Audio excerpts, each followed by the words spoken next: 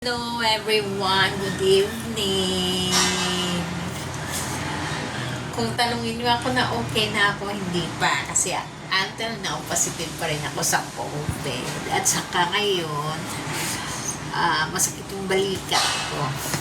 At tamad ako pumunta sa doktor at hindi ako mahilig magpunta sa doktor.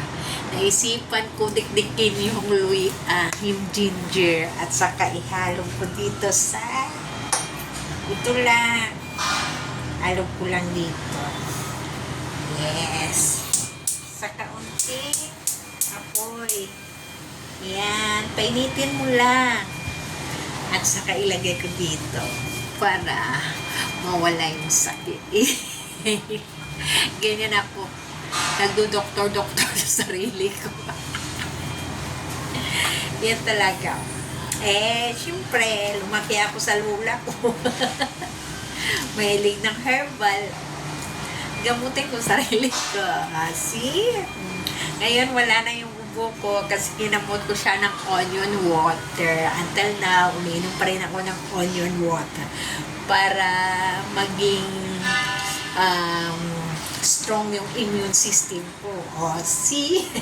Walang gamot yan. Gamot naman yan. Antibiotic yan eh. Yung onion. At saka itong ginger, maganda din to. Sa mga, pasma. Try nyo. Okay? Painitin ko lang. At saka ilagay ko dito sa hindi ko na ipakita paglagay. Kasi mahiya naman ako.